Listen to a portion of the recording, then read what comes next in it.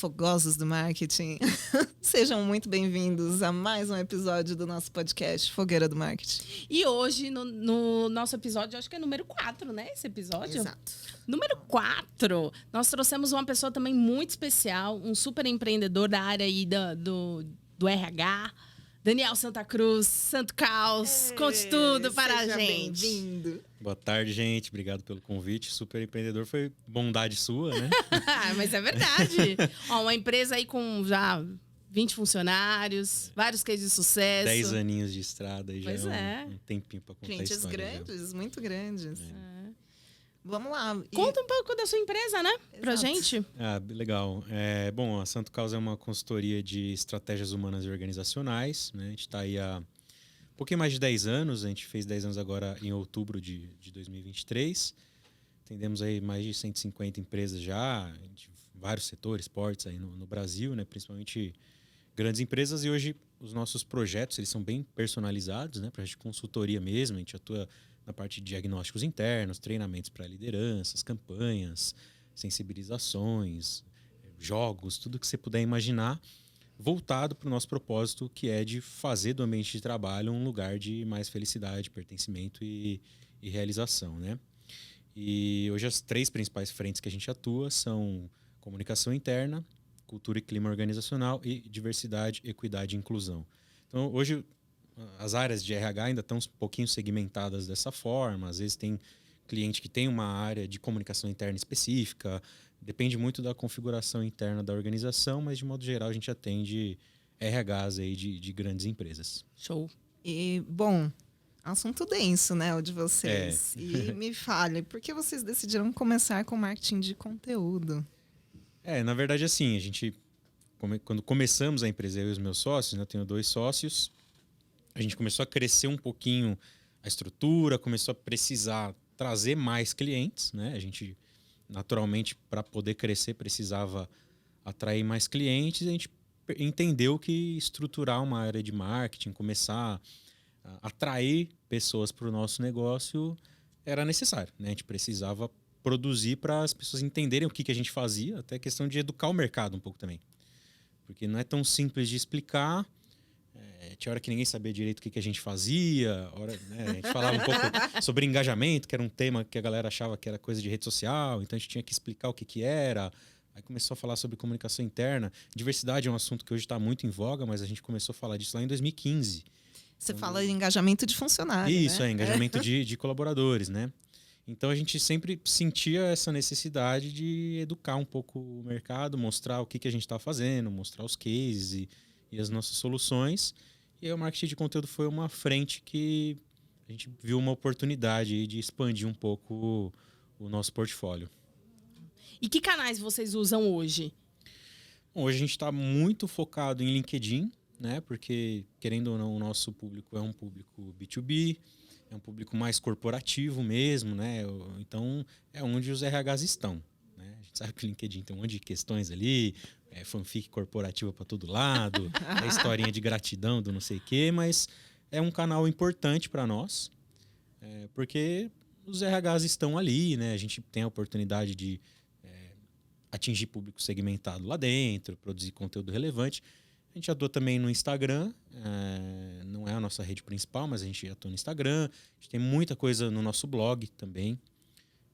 O nosso site tem muito material gratuito que a gente foi produzindo, pesquisas, estudos, e-books. Então, acho que esses são os principais canais nossos hoje. Eu até ia digitais. comentar, assim, as pesquisas foi acho que uma das primeiras ações que vocês tomaram em termos de marketing, né? De onde que surgiu a ideia? Conta aí um pouquinho, assim, de qual foi a pesquisa que já teve mais sucesso. Então, a gente decidiu começar a produzir estudos autorais porque, bom, consultoria, ela precisa mostrar conhecimento para o mercado, né? Precisa mostrar que você entende daquilo que você está falando. E um dos meus sócios, ele já tinha essa vivência em consultoria, e aí ele trouxe essa ideia, a gente começou a fazer e identificar temas relevantes, né? Então, quando eu digo que a gente começou a falar de diversidade lá em 2015, que era um tema ainda bem incipiente no mercado, é porque foi quando a gente começou a fazer esses estudos. Então, primeiro a gente lançou o Demitindo Preconceitos, foi sobre a questão das pessoas LGBTI+, nas empresas. Depois a gente lançou estudos sobre pessoas com deficiência, entre outras coisas, né? Lançamos estudos sobre outros temas também, sobre o migué no ambiente de trabalho, por que acontece o migué, como acontece, quanto custa. E a gente foi percebendo que esses estudos eles geravam oportunidade para a gente de aparecer em mídia espontânea, né? Em jornais, sites, dá a oportunidade de a gente palestrar em associações. Então, abria uma porta interessante e a galera começava a usar os nossos dados, como até hoje usam, em apresentações internas. Então, aparece lá, crédito Santo Caos, pesquisa Santo Caos. Isso é sempre interessante para a gente ser visto como referência. Né? E vocês chegavam a usar a assessoria de imprensa para impulsionar assim, divulgação? Sim, inicialmente a gente usava bastante, depois a gente deu uma parada, mas a gente usava bastante assessoria e conseguimos até bons resultados. Assim, a gente chegou a conseguir matéria de capa na Folha, Olha. no site da Exame na época. Teve uma pesquisa nossa que foi o Blackin, que era sobre a questão de equidade racial, que a gente saiu numa matéria da Globo até. Olha. Nossa. Foi que bem legal. interessante, assim, porque eram temas muito chamativos, Sim, né? Sim. Teve isso de surfar também o que estava em voga, né? É. E vocês saíram na frente, né? De ter essa sacada também, de que era um tema que ia vir por corporativo cada vez mais, né? Acabava sendo um jeito da gente pautar os assuntos que a gente considerava relevantes também. Sim, sim. E hoje vocês têm isso no site como uma forma de captação de lead, né? Sim, hoje está tudo disponível na nossa biblioteca. A gente continua produzindo novos materiais. A gente mudou um pouquinho o formato, como a gente faz pesquisa, né? Hoje, por exemplo, a gente tem uma base de dados gigantesca de todas as empresas que a gente já rodou pesquisa interna. E a gente, minerando essa base, às vezes consegue extrair dados que são interessantes, cruzar com fontes secundárias, dados do governo. E a gente vai soltando isso como pílulas de conhecimento mesmo, estudos em menor escala, né? Antes a gente ia para a rua, rodava pesquisa com 2.000 pessoas, entrevistava sei lá quantas, fazia documentário. Caramba. Com a pandemia isso foi ficando um pouquinho mais difícil, Mais né? difícil. E a gente mudou para um processo de diminuir um pouquinho o escopo, mas, pô, às vezes é base com 30 mil respondentes que a gente pega interna nossa, que a gente já tem e consegue Uau. trabalhando esses dados para gerar conhecimento relevante também, né? Para as empresas tomarem decisões. No fim, vocês são uma empresa de pesquisa, né, Dani? Somos... Na verdade, assim, a gente gosta muito de pesquisa para embasar as iniciativas, né? Eu diria que a gente é mais uma empresa de escuta até do que de pesquisa, porque o nosso trabalho ele envolve escutar o cliente e entender a dor dele, envolve escutar as pessoas que estão ali e saber entender o que é possível ser feito para solucionar aquelas dores, aqueles desafios internos, né? Em geral, esse é o primeiro passo nosso, mas nem sempre também. Tem casos que o cliente quer só um treinamento, uma sensibilização, quer uma campanha. E lógico que sempre a gente vai fazer um trabalho prévio de escuta, de imersão, entender como é a cultura daquele cliente, como que ele funciona, né? Gostamos muito disso. Mas hoje a nossa atuação ela acaba indo bem além da parte de pesquisas. Legal. Na verdade, Daniel, vocês fazem o SEO, mas vocês fazem uma estratégia um pouco maior, né? Que é o inbound marketing, né? Vocês ainda estão nessa pegada do inbound. Sim. Mais recentemente, meados de 2022, ali a gente trocou o nosso site, mexeu um monte de coisa nele. Nesse processo, a gente começou a olhar mais para a parte mais forte, para a parte de SEO. A gente tinha muito texto em blog, por exemplo, que o texto era de altíssima qualidade, mas ele naquele momento não estava ranqueando muito bem.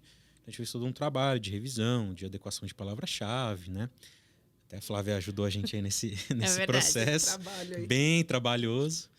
E isso começou a gerar um volume de acesso bem interessante para o nosso site. Então, quando a gente lançou o site lá em meados de 2022, a gente estava com 1.000 e poucos acessos mês, hoje a gente está batendo 15 mil, 16 mil. Nossa. Olha.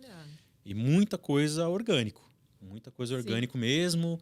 Muita gente que entra e baixa o e-book, né? Mas porque a gente foi fazendo essa adequação em landing page também. Trocar a palavra-chave, colocar um termo de busca mais adequado, né? E a gente vai fazendo esses trabalhos de qualificando essas pessoas que entram em contato com a gente, entendendo a jornada delas, né?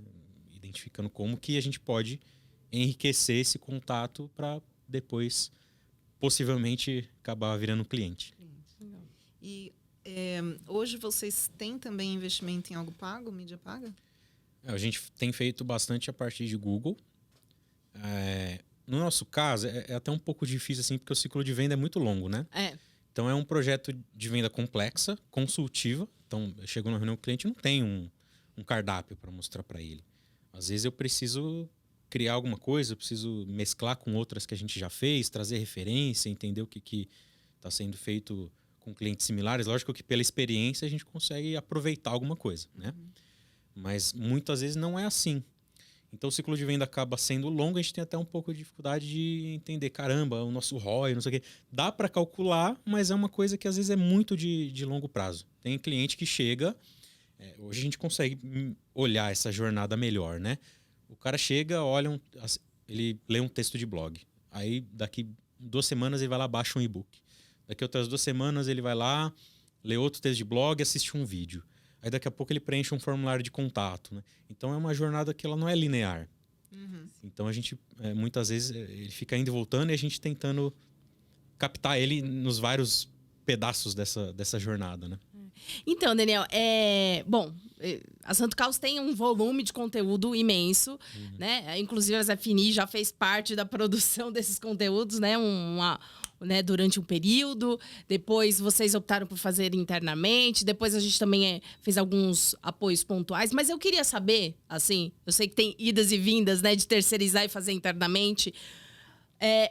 O que você acredita? Quais são as vantagens de terceirizar? Olha, Flávia, acho que é a mesma vantagem de terceirar qualquer atividade meio, né? Então, muitas vezes, por um custo parecido ou até menor, a gente consegue ter o apoio de uma empresa especializada, né? Naquilo que ela está fazendo, que tem mais conhecimento técnico. Não é simples você montar uma equipe interna para atender alguma determinada demanda que nem sempre é a especialidade da organização, né? No caso da Santo Caos, o nosso negócio é entender a dor do cliente, trazer uma solução para ele, conhecer o que tá rolando de tendência, conhecer o que tem de mudança no comportamento das pessoas, né? Então, saber como funciona o mecanismo de busca do Google é um negócio muito específico. Sim. Que às vezes a gente não tem como construir esse conhecimento interno. Dá para fazer, tanto é que hoje a gente está nesse modelo, né, um pouco mais internalizado, mas a vantagem de terceirizar é que é mais plug and play, eu acho. Por mais que o fornecedor vai ter que entender o negócio antes de começar efetivamente a produzir alguma coisa, o conhecimento técnico já tem. Sim. Ali, né? Então, a parte... O retorno é mais... acho que acaba sendo um movimento um pouco mais ágil. Legal. E hoje, assim, vocês já conseguem contabilizar o quanto que o digital tem de participação, assim, em termos de vendas? Bom, nosso negócio, ele é um negócio que funciona muito com recompra, com indicação, mas também o marketing ele tem uma fatia bem importante. Assim. Esse ano, por exemplo, a gente tinha projetado cerca de 20% das receitas virem do trabalho de marketing. E aí conta Google, conta LinkedIn Ads, conta orgânico, né, conta tudo que vem aí, que a gente consegue mensurar essa jornada do cliente para identificar. Né? Então a gente aposta, sim, né, no marketing como uma fonte importante de clientes novos. Porque como a gente... claro que a gente tem a parte de prospecção ativa ali do comercial e tudo mais, mas as pessoas procuram esse tipo de serviço. Né? A demanda existe, ela está aí, então a gente também precisa aproveitar isso e captar, principalmente, novos clientes. Legal. E como que é feita essa definição assim de métricas dentro de marketing? Porque você está citando números, então provavelmente vocês têm ali um controle, né? Como que foi vocês começarem a montar essa lógica de números para serem acompanhados? Vocês têm dashboard interno? Vocês têm uma planilha em Excel, papel de pão? Como é que funciona isso? Tem hora que é mais no papel de pão, né? Assim, a gente foi melhorando um pouco a estrutura, né? No começo, quando a gente lançou o novo site, a gente nem sabia que volume esperar. Estava muito ainda no começo. A gente acabou mudando de plataforma, migrando para o WordPress, agora implantamos uma outra plataforma de automação de marketing também, que permite a gente ter um olhar mais linear, né? A gente olha as etapas do funil, né? Então, estou gerando tantas visitas, esse tanto de visita está trazendo esse tanto de leads, né? Que a pessoa que entrou lá preencheu qualquer coisa, pode baixar um e-book, baixar um estudo, ou seja lá o que for. Disso está virando Y oportunidades, e essas oportunidades estão gerando tantas propostas que estão virando tantos negócios, né? A gente tenta fazer o acompanhamento em cada etapa Do funil. desse funil. Nem sempre é tão automatizado como a gente gostaria, né? Sim. Tem hora que você não consegue muito bem identificar de onde veio e tal, mas a gente vai não é um volume tão gigante assim também, Sim. infelizmente. Então, a hora que a gente não identifica, a gente consegue ir lá olhando, mapeando, buscando saber se está valendo a pena, se está fazendo sentido até o tempo e o esforço que são investidos, né? Que não é um trabalho simples. Uhum. Vocês chegam a perguntar para os prospects de onde eles vêm, enfim, para tentar identificar, ajudar a identificar? Então, hoje a gente até consegue identificar melhor, porque em todos os formulários de contato, até um chatbot que a gente implementou no site, ele pergunta, né? Certo. Por onde achou e tal, consegue medir. Mas quando a gente não sabe, a gente acaba perguntando. E, em geral, quando a gente não consegue rastrear, é porque veio de indicação. Ah, tá. Mas muitas vezes o próprio prospect já traz. Você fala, passaram o seu contato lá em tal empresa ou em tal associação, estava lá no grupo de estudos, recebi o seu contato, queria entender como funciona. Esse lead da internet, eu tô entendendo que ele vem já meio azeitado para vocês, assim, ou pré-azeitado, porque assim, ele já teve contato ali com o blog, com material rico, já fuçou, já viu o vídeo e tal. Então, assim, ele não vem tão cru. Mas ainda assim, vender para esse cara da internet é mais difícil do que vender para uma pessoa que vem indicada? Olha, hoje eu acho que ele vem mais azeitado do que antes, porque a gente foi fazendo um trabalho de ir melhorando as coisas, né? Quando a gente começou a trabalhar as palavras-chave, anúncios em Google, por exemplo, não estava tão calibrado assim, chegavam umas coisas nada a ver. Às vezes chegava uma galera totalmente aleatória e tudo mais, a gente foi melhorando isso e foi facilitando esse processo. Mas para o nosso negócio, a indicação é um negócio que funciona muito. Então, a pessoa que está lá numa posição de, sei lá, gerência da RH, ela confia em outras pessoas que são pares dela em outras empresas, que às vezes já trabalhou junto, que às vezes está num mesmo comitê, numa associação. Então, indicação sempre chega mais na marca do pênalti. Uhum. O trabalho de a pessoa achar a gente no Google, até ela construir essa confiança, aí é na conversa mesmo, é na reunião. Então, a nossa coleta de briefing ela é muito para isso, muito consultiva, né? A gente sempre vai sentar com o cliente, vai bater um papo, entender o que ele precisa, mostrar o que a gente consegue montar ali, e muitas vezes passa por vários ajustes. Às vezes chega já formatadinho, olha, eu quero isso, isso, isso, mas nem sempre a gente traz tão quadradinho que nem ele quer, a gente sempre busca agregar outras coisas que a gente entende que fazem sentido para aquele contexto. Mas eu acho que hoje o que vem da internet ele já vem um pouquinho mais lapidado, mas ainda não chegou no nível daquele que vem por indicação. E você acha que os conteúdos que vocês têm no site, de alguma forma, ajudam a gerar um posicionamento, querendo ou não, mesmo nas indicações, ou reforçam ali a autoridade? Sem dúvida, né? Acaba reforçando, porque, modéstia à parte, tá aí pra falar, os conteúdos que a gente tem lá são bons, São né? muito bons, Não é aquele conteúdo que você olha e Parecido um amontoado, um amontoado de palavra-chave colocado aleatoriamente. A gente sempre busca agregar um conhecimento ali. Nos links internos que a gente coloca tem a ver, né? Justamente, não adianta ser só um texto para ranquear. A pessoa tem que ler, tem que entender que a gente sabe do que a gente está falando. Sim. Então, com certeza contribui, né? E as pessoas procuram, não tem jeito. A gente tem Instagram porque a pessoa olha no Instagram para saber se a empresa existe. Hoje é esse o nível. Então, se a pessoa olhar lá no Instagram e não tiver nada, tá bom, estranho. Estranho. É isso mesmo. E hoje, você estava explicando sobre essas questões de inbound, vocês chegam, junto com a plataforma de marketing, ter um CRM integrado, assim, para fazer o controle de quem vende, em termos de lead? Sim. Tem o CRM integrado. A gente foi também formatando esse funil, entendendo, né, que cada fase ali representa, como que a gente pode ir segmentando essa base para trabalhar com e-mail, de repente, com campanhas. Então, vocês conseguem ter a visão de quem fecha, tipo, de onde que está vindo e, enfim, entender o que tem mais peso ali no marketing. Sim, hoje, pelo que a gente está vendo, pelo menos 1/3 é recompra. Isso a gente consegue ver com clareza, assim.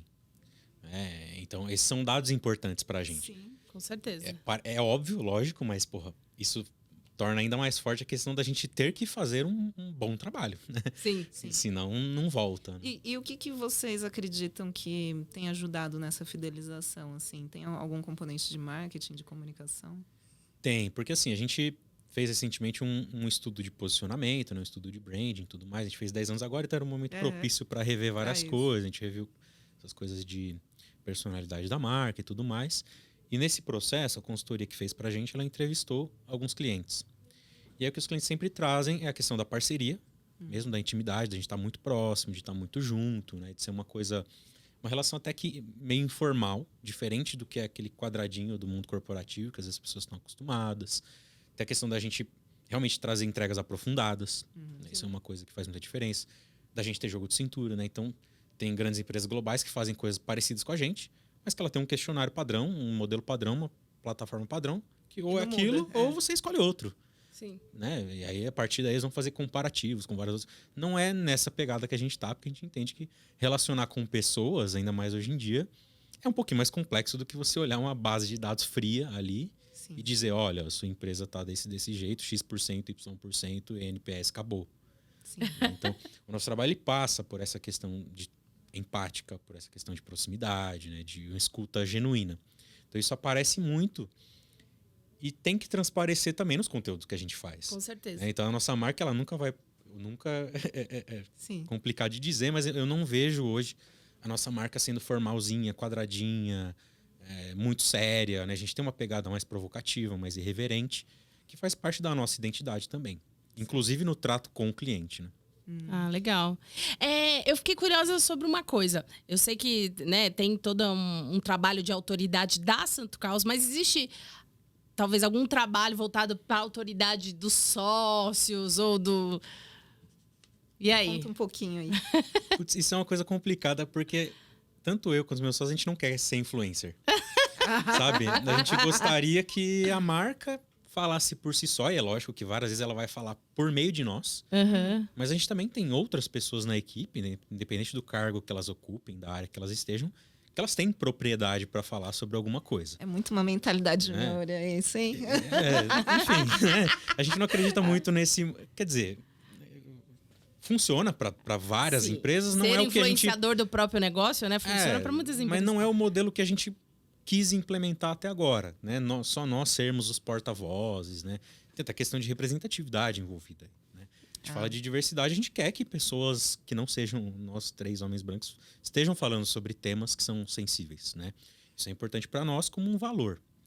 Então, a gente quer muito mais fortalecer a marca do que necessariamente a nossa imagem. Lógico que a nossa imagem está atrelada à da empresa, mas a gente quer também que outras pessoas possam ser porta-vozes dos temas que elas dominam. Então, é uma tentativa que a gente está fazendo aí de sair um pouco dessa lógica. Né? A gente sabe que consultoria, muitas vezes, é a figura do fundador. Sim. Ela escreve um monte de livro, dá um monte de palestra, dá aula não sei onde, e aí a consultoria vende meio que por tabela a partir disso. Até hoje a gente vem tentando fazer funcionar de uma outra forma.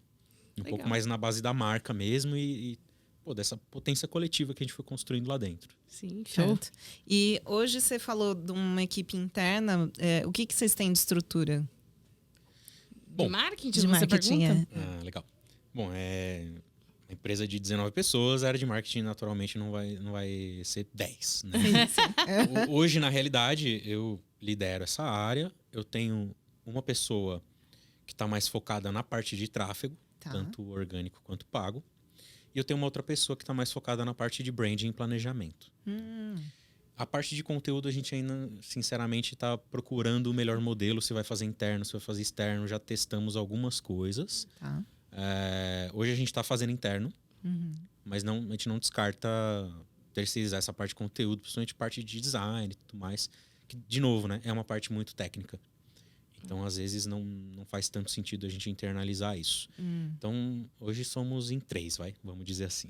Tá. E aí, vocês 3 cobrem toda a parte de planejamento, mensuração, contratação de fornecedores.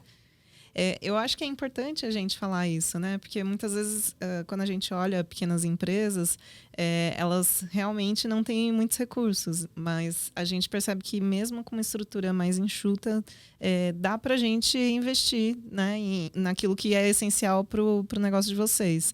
Então, eu até ia perguntar, assim, todo ano vocês têm um momento de planejamento do negócio que depois isso acaba descendo para a comunicação? Temos, é uma treta maravilhosa, cara. Todo Com ano. 3 sócios. Todo ano, senta nós 3, aí vai.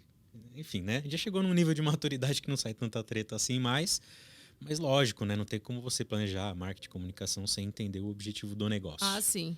Então, sim, a gente todo ano faz um planejamento para o próximo ano, entende o que a gente gostaria de atingir e qual que é o papel do marketing nisso, né? E começa, tipo, o fim do ano? Tem uma data específica, assim? Nossa, olha, tá chegando o momento do planejamento. Então, a gente faz aniversário em outubro, né? Então, a gente, em geral, considera esse marco como marco. Olha, já tá chegando o fim do ano. É propício pra gente começar a olhar e falar, bom, vamos aproveitar esse gancho para começar a pensar, para não chegar lá em março e não ter nada pronto ainda, né? Não ter meta direito, não ter objetivo direito. A gente sempre busca começar com um pouquinho de antecedência. E aí, enfim, as coisas vão desdobrando a partir daí, né? Recentemente a gente implementou o KR, implementou algumas outras. Estamos testando algumas outras coisas para tentar ter um pouquinho mais claro na cabeça de todo mundo, né? O que cada frente da empresa está ajudando a contribuir para o todo. Legal. E isso tem descido para o marketing também? Vocês têm colocado metas, tipo, de quanto vocês querem para cada canal? Sim, sem dúvida. Esse KR de 20% da receita vir do marketing é o principal hoje do marketing, mas tem coisa de audiência também, tem coisa de eventos, que a gente começou a fazer muita live, tem dado bons resultados pra gente.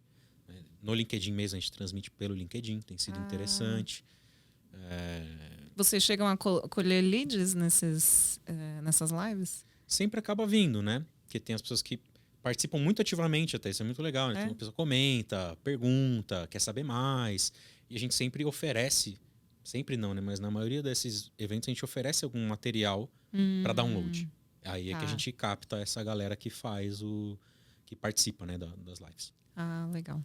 E isso não é nada presencial que vocês transmitem, é 100% online? Por enquanto é online, por uma questão meramente de estrutura e praticidade. Porque hoje a Santo Carlos não tem um escritório físico. Ah, tá. A gente tá remoto, tem gente em vários lugares do Brasil. A pessoa que é do meu time de marketing recentemente estava numa vida nômade aí, passou 1 ano e meio, 1 hora em cada país. Então é mais fácil fazer a transmissão online. Uma vez eu falei com ele tava, sei lá, no outro lado do Albânia, país. Né? Sei lá, do outro lado do mundo. Era sei lá que horas, ele trabalhando. Ele, eu tô não sei aonde. Que moderno, gente. Então, assim, é mais fácil para as pessoas participarem também, demanda menos custo, né? Porque você fazer um evento físico, minimamente você tem que arrumar um lugar, tem que arrumar um coffee. Não que eu adoro coffee. Veja bem. Sou fã. Bem da verdade. Mas você tem que se preocupar com tudo isso, tem que ter uma estrutura bacana, né? Tem que ser uma...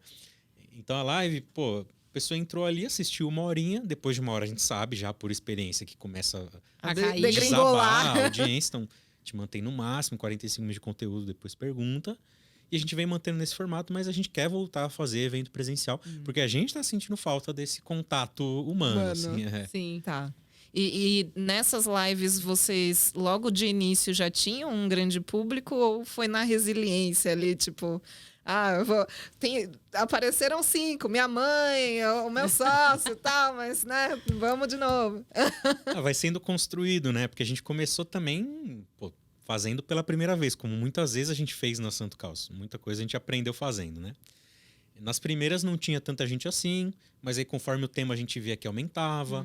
Aí a gente percebeu que, em vez de eu ficar disparando um monte de e-mail de convite, às vezes vale eu bombar convite pelo próprio LinkedIn, que depois ele notifica as pessoas. Então a gente foi identificando alguns jeitos, né? E até o SLA necessário ali pra gente ter uma boa audiência, a gente foi conseguindo identificar e mapear esse processo. Então, assim, não é uma audiência absurda de grande, mas é interessante porque quem participa, as pessoas se engajam. Realmente está interessado. A gente consegue manter uma audiência constante. Isso já mostra, né, alguma coisa. Lógico que a gente gostaria de ter mais gente, quanto mais melhor.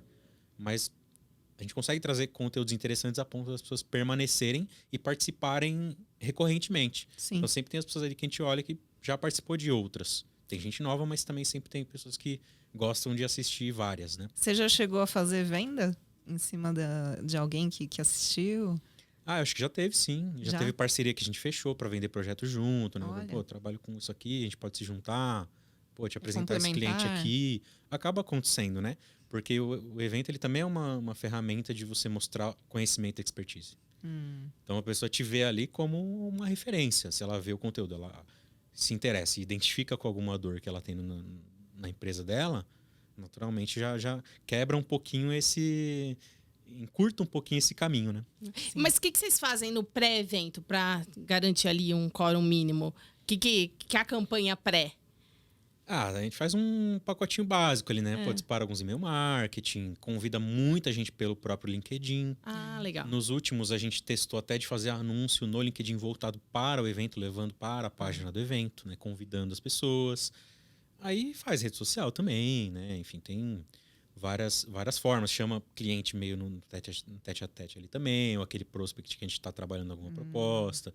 Então, a gente vai buscando em várias frentes. Estrategicamente também já dá uma puxadinha ali. Quem já está conversando. Sim. Todo mês vocês têm uma live? Olha, mais ou menos. Ano passado a gente conseguiu no segundo semestre manter essa média de disciplina todo ali. mês. Nossa. Esse ano, se eu não me engano, a gente fez 6 ou 7. Tá. Então não é exatamente uma por mês, mas... Não, mas pô, janeiro, tudo bem se você- intenso. Janeiro, se você considerar que é um mês bem mal menos, É. dezembro também, se a gente fizesse 10 no ano, tava ok. Se a gente fizer mais um mês esse ano, vamos bater 8. Acho que tá um número legal. Certo. Aham. Né? Legal. É que assim, lógico que dá um trabalhinho para fazer, né? Sim. Você tem o trabalho de convidar. Depois a gente ainda fazia um processo de compilar tudo, fazer uns recortes para ir soltando, né? Então tem essa parte do pré e do pós. Show. Muito Legal. bom. E agora pensando em alguém que nunca fez marketing de conteúdo, é uma pessoa que está empreendendo aí nos seus inícios, que dicas você daria para ela? Olha, Camis, depende muito do segmento dela, né? Mas, de modo geral, uma coisa que eu senti que pra gente funcionou muito bem foi trabalhar blog visando orgânico. Isso funcionou muito pra gente a partir do momento que a gente realmente entendeu o que estava sendo procurado pelas pessoas, o que as pessoas queriam, né?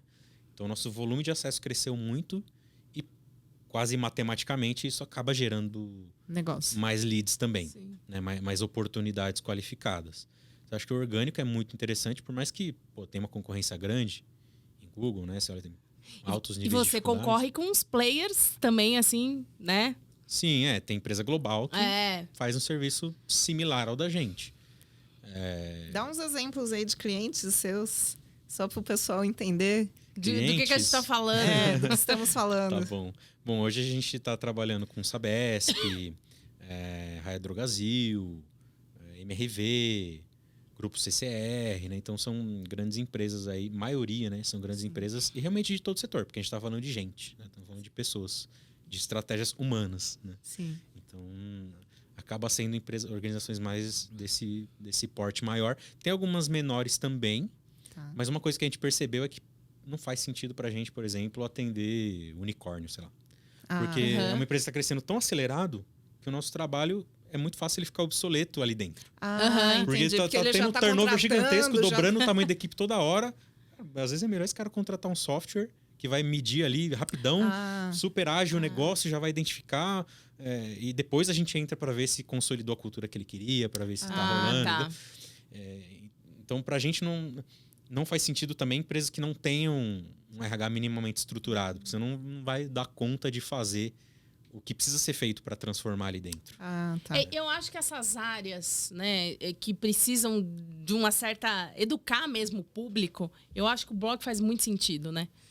Porque é uma isso, ferramenta de educação, é uma né? ferramenta de educação. E fora que eu acho que é uma venda complexa, né? Que você estava explicando. Então, assim, muitas vezes a pessoa está começando a entender o que você vai fazer para que a dor dela seja sanada. E aí ela vai entender, será que é essa mesmo a minha dor? Será que eu tenho outro calo, né? Será que você é o melhor fornecedor? Então, até ela chegar nessa decisão, porque também o ticket é mais alto, né, Dani? De um projeto. Sim. Tem projetos que são mais de entrada, né? Então, sei lá, pô, quero contratar um treinamento. Ok, Sim. isso é mais tranquilo. Mas, pô, quero contratar um projeto de transformação cultural, cara. Não tem como isso ser simples e rapidinho, né? commodity. Rápido, Não claro. tem como, né? Tem Não um é cliente nosso prateleira, agora, tem um cliente nosso agora que ele está sendo comprado por uma multinacional e é uma empresa bem menor e não sabe ainda se vai manter a marca, se não vai. Então, o projeto deles com a gente é um projeto método ágil. Todo mês a gente senta com o cliente, vê o que ele precisa. Pô, preciso rodar uma pesquisa pulso para entender com a galera o que está rolando. Preciso de um vídeo, de tal coisa assim, para comunicar a liderança. Preciso de um workshop. Beleza, a gente faz. Mês que vem a gente vai ver. Porque a necessidade muda muito rápido. Que interessante, eu nunca imaginei no negócio de vocês usar métodos ágeis. Olha, a gente gosta muito, gostaríamos de aplicar mais. Esse é um projeto que está dando muito certo por causa disso, porque a necessidade está mudando toda hora. Legal. Então não adianta a gente planejar um super escopo de 1 ano, que eu tenho tudo mapeado e chega daqui 3 meses já não faz mais sentido. Tem a ver com os sprints, né? Isso a gente costuma usar muito em marketing digital, tipo, porque quando a gente pensa no marketing da faculdade, né? O Dani lembra porque ele era meu bicho. 4 Ps. Pra quem não sabe, né? Porque assim, eu cresci na Bahia. E aí lá, você fala bicho é o que você tem em casa, né? O cachorro, né? Não é a gente, né? Mas enfim, a gente estuda na mesma faculdade. E... Gente... Me perdi agora. A Covid tem me pegado, gente. Você ia contar alguma coisa. A Flávia também se perdeu super. Não, você tava falando... Marketing da faculdade. Do marketing da faculdade. Gente.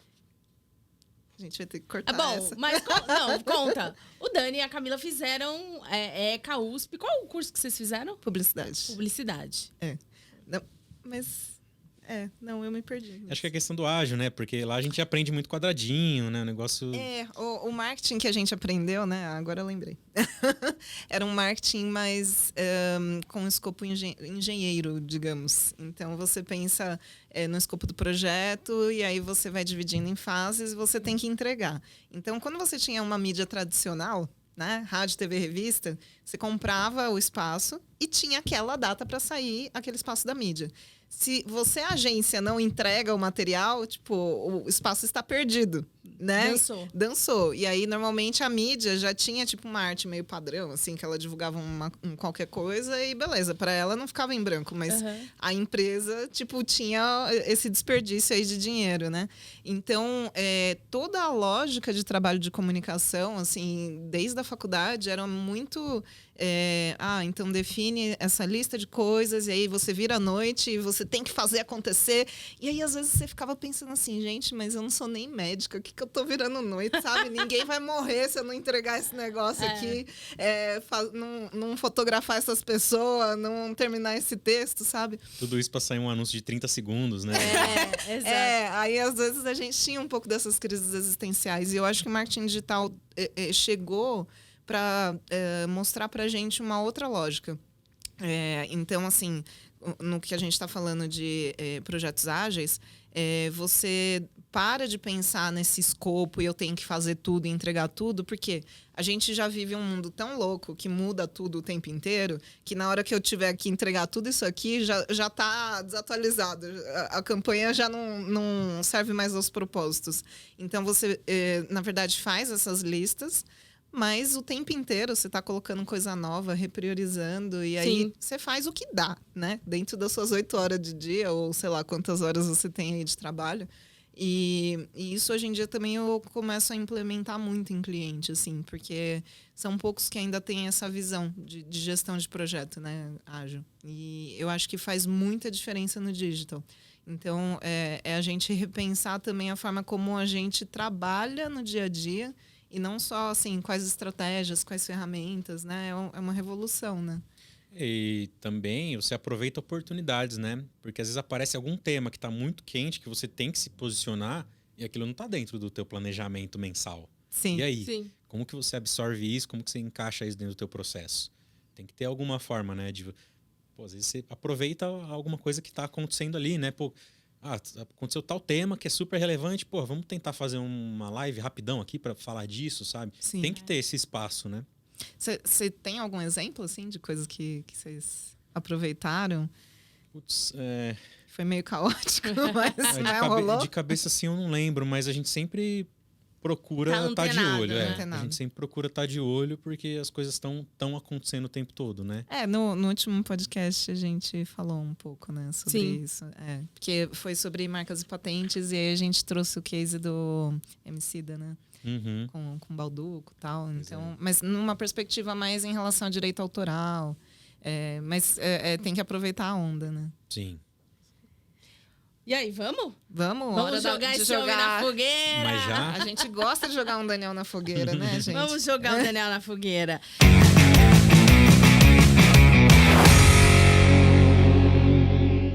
Você já sabe como é que é a dinâmica, né? A La Marília Gabriela. Nós vamos Nossa lançar... musa inspiradora. Quem Nossa sabe a musa. gente traz ela um Pois dia. é, nossa, já pensou? Uma pessoa de conteúdo. Marília, estamos te esperando. Tô esperando. A gente joga uma pergunta e você responde prontamente. Combinado. Vamos lá? Você quer começar? Pode ir, cara. Então, uma memória? Putz, uma memória. Como eu falei, recentemente a gente fez 10 anos, né? Então não tem como não lembrar dos primeiros dias ali, né?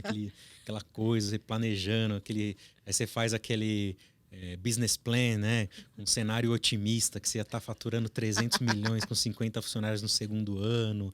É uma memória que a gente olha com um misto de... cara, como a gente era ingênuo, mas também com um certo carinho, né? Que fala, caramba, a gente estava construindo, sabe? Então, ultimamente as memórias do início da empresa estão voltando bastante. Uma conquista profissional. Olha, tá difícil não falar. 10 anos de empresa é uma conquista muito grande. Não tem como. E uma pessoa inspiradora. Cara, uma pessoa inspiradora. Vai parecer meio piegas, assim, mas eu me inspiro muito nos meus sócios, que são 2 caras que estão comigo aí nessa jornada desde o começo. É verdade. E, a gente tá aí batalhando desde o começo juntos, construindo. Já tretamos muito, mas agora... chegamos num outro nível já de... Meu coração foi para você e para eles. Um arrependimento profissional. Arrependimento profissional. No começo eu era uma pessoa um pouquinho mais tímida, assim, sabe? Mais retraída, aquela coisa. E eu acho que um conselho que eu daria, que é misturado com essa questão do arrependimento, pro meu eu mais jovem, cara, faça o máximo de contatos no network que você puder. Porque isso não tem jeito, né? Abre muita porta. Então, arrependimento acho que é ter sido um pouquinho resistente a isso lá no começo da minha carreira. E um sonho? Um sonho? Olha, eu acho que o nosso mercado de trabalho está doente. Gravemente doente. A gente está olhando a gente fala muito, né, dessas coisas de ESG, e vamos humanizar, e vamos engajar, e vamos falar de pessoas, mas na prática a gente está vendo pessoas aí adoecendo. Sim. Ambiente de trabalho adoecedores. Pessoas, estatísticas de burnout, depressão, ansiedade só crescem porque os ambientes de trabalho eles foram pensados numa lógica da produtividade e do crescimento por si só, né? O crescimento como um fim único e estático. E a gente tem conversado muito sobre como a única coisa que cresce desmesuradamente é metástase. É quase uma metástase, uma coisa que cresce sem propósito. Né? Então, pra mim, acho que ver os ambientes de trabalho com maior potência, aproveitando mais a questão da coletividade, né? E podendo as pessoas botarem ali num legítimo interesse, sabe? Acho que isso seria a transformação que a gente quer ver e que a gente está buscando nesse tempo todo aí. Eu tenho respeito por...